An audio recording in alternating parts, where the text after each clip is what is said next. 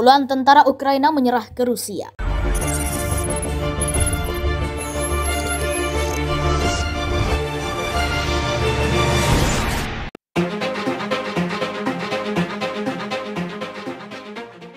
Saat perang berkecamuk di Ukraina untuk hari ke-28, setidaknya 67 tentara dari Angkatan Bersenjata Ukraina menyerah kepada pasukan Rusia di wilayah Kyiv pada hari Selasa. Sebuah video oleh media Rusia Ruteplay menunjukkan tentara Ukraina yang ditahan sedang diperiksa oleh pasukan Rusia. Selain itu, pasukan Rusia juga terlihat mengantri para tahanan di tembok dan juga memberikan pertolongan pertama kepada tentara yang terluka. Sementara itu, Menteri Luar Negeri Rusia Sergei Lavrov telah memperingatkan bahwa mengirim penjaga perdamaian internasional ke Ukraina akan mengakibatkan konfrontasi langsung antara Rusia dan Pakta Pertahanan Atlantik Utara atau NATO. Ini terjadi ketika pasukan Moskow melanjutkan serangan mereka terhadap Ukraina. Lavrov membuat pernyataan selama pidatonya di Institut Hubungan Internasional Negara Moskow pada hari Rabu. Rekan-rekan Polandia kami telah menyatakan bahwa akan ada pertemuan puncak NATO. Kami belum mengirim penjaga perdamaian. Saya harap mereka mengerti tentang apa ini. Ini akan menjadi bentrokan langsung yang sama antara angkatan bersenjata Rusia dan NATO, yang tidak diinginkan oleh semua orang, untuk menghindari tetapi mengatakan yang pada prinsipnya tidak boleh terjadi, kata Lavrov seperti dikutip oleh media Rusia. Di sisi lain, Departemen Pertahanan Ukraina mengklaim bahwa korban militer Rusia telah melampaui korban invasi Soviet ke Afghanistan.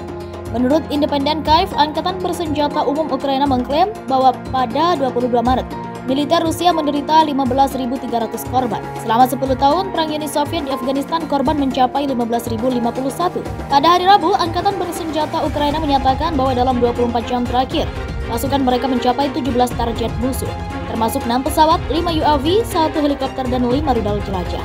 Ukraina menuding Moskow mengangkut paksa ratusan ribu warga sipil dari kota-kota yang hancur ke Rusia. Aksi ini dilakukan untuk menekan Kyiv untuk menyerah. Sementara itu, Presiden Ukraina Volodymyr Zelensky mendesak militer dan rakyatnya untuk tetap mempertahankan negara.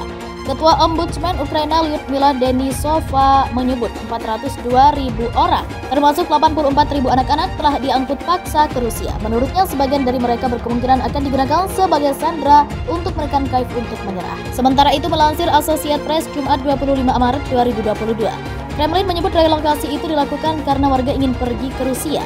Kawasan timur Ukraina yang dikendalikan para pemberontak dihuni oleh warga yang menggunakan bahasa Rusia.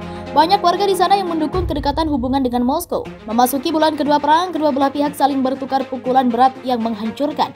Angkatan Laut Ukraina menyatakan telah menenggelamkan sebuah kapal pendarat besar Rusia di dekat kota pelabuhan Berdyansk. Kapal itu digunakan untuk mengangkut kendaraan lapis baja. Sementara Rusia mengklaim telah merebut kota timur Izium usai pertempuran sengit. Lewat pidatonya, Zelensky terus menggalau warga Ukraina untuk bergerak menuju perdamaian, bergerak maju. Lewat pertahanan kami dari hari ke hari, kami semakin dekat dengan kedamaian yang sangat kami butuhkan. Kami tidak dapat berhenti, bahkan untuk 1 menit pun. Karena setiap menit menentukan nasib kami, masa depan kami, nyawa kami, ujarnya. Ribuan orang, kata Zelensky, termasuk 128 anak-anak, telah tewas di bulan pertama perang. Di seantero negeri, 230 sekolah dan 155 taman kanak-kanak telah dihancurkan. Kota dan desa rata dalam debu, katanya.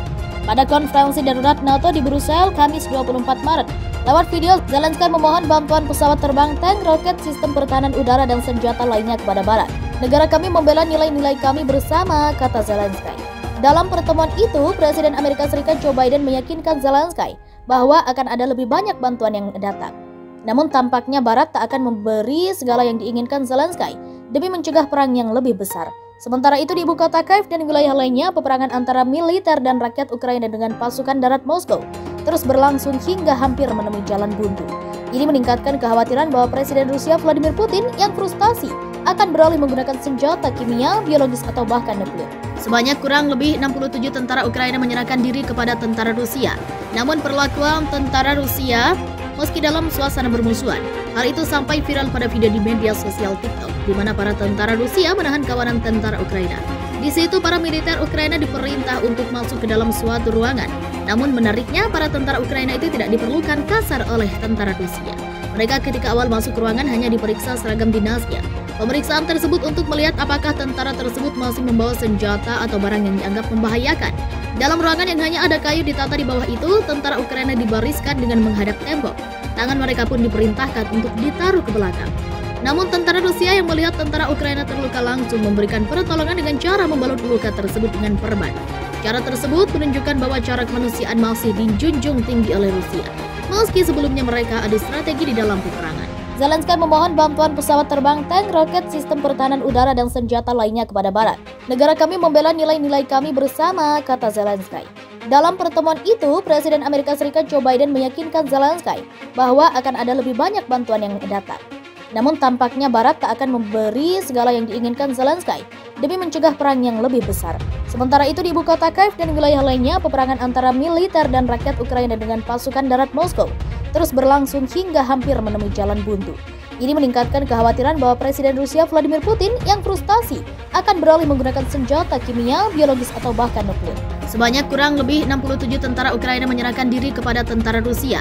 Namun perlakuan tentara Rusia meski dalam suasana bermusuhan. Hal itu sampai viral pada video di media sosial TikTok, di mana para tentara Rusia menahan kawanan tentara Ukraina. Di situ para militer Ukraina diperintah untuk masuk ke dalam suatu ruangan. Namun menariknya, para tentara Ukraina itu tidak diperlukan kasar oleh tentara Rusia. Mereka ketika awal masuk ruangan hanya diperiksa seragam dinasnya. Pemeriksaan tersebut untuk melihat apakah tentara tersebut masih membawa senjata atau barang yang dianggap membahayakan. Dalam ruangan yang hanya ada kayu ditata di bawah itu, tentara Ukraina dibariskan dengan menghadap tembok. Tangan mereka pun diperintahkan untuk ditaruh ke belakang. Namun tentara Rusia yang melihat tentara Ukraina terluka langsung memberikan pertolongan dengan cara membalut luka tersebut dengan perban. Cara tersebut menunjukkan bahwa cara kemanusiaan masih dijunjung tinggi oleh Rusia, meski sebelumnya mereka adu strategi di dalam peperangan.